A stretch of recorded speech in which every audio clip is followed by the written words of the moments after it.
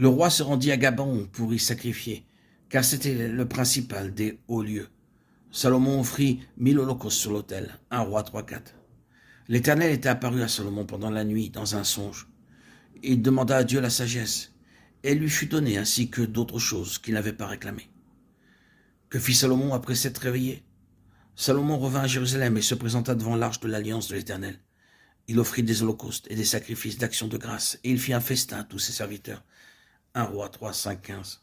Parvenu à ce stade, nous devons lire 2 Chroniques 1, 3, 4, et Salomon se rendit avec toute l'assemblée au haut lieu qui était Gabaon. Là se trouvait la tente d'assignation de Dieu, faite dans le désert par Moïse, serviteur d'Éternel. Mais l'arche de Dieu avait été transportée par David à Kiriath Jéarim, à la place qu'il lui avait préparée, car il avait dressé pour elle une tente à Jérusalem. En ce temps-là, la tente était encore à Gabon, mais l'arche n'y était plus. C'est en cela que résidait le problème. La première chose que fit Salomon après avoir reçu la sagesse fut de retourner à Jérusalem et d'offrir des sacrifices devant l'arche. Il n'offrit plus jamais de sacrifices à Gabon. Cela marquait un grand tournant dans la vie de Salomon. Vu de l'extérieur, il semblait que la tente à Shiloh contenait tout ce qu'il fallait. Ne renfermait-elle pas l'autel d'airain, le bassin des ablutions, le chandelier, la table des pains de proposition et l'autel d'or des parfums?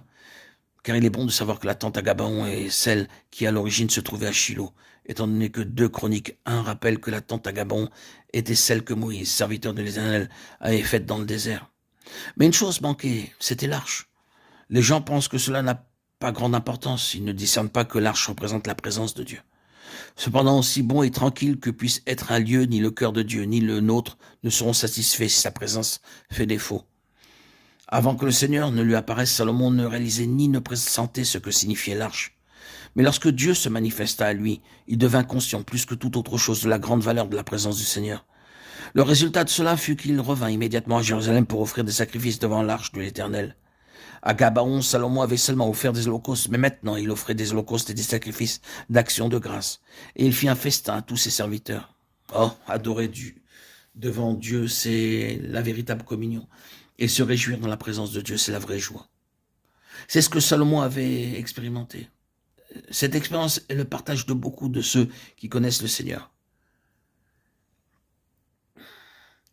Après avoir construit le Saint-Temple, il y plaça l'arche. C'est alors que l'arche devint le centre du Saint-Temple. 2 Chroniques 5, 1, 9. Ô arche de Dieu, toi, arche précieuse, tous ceux qui te connaissent te chercheront et adoreront devant toi.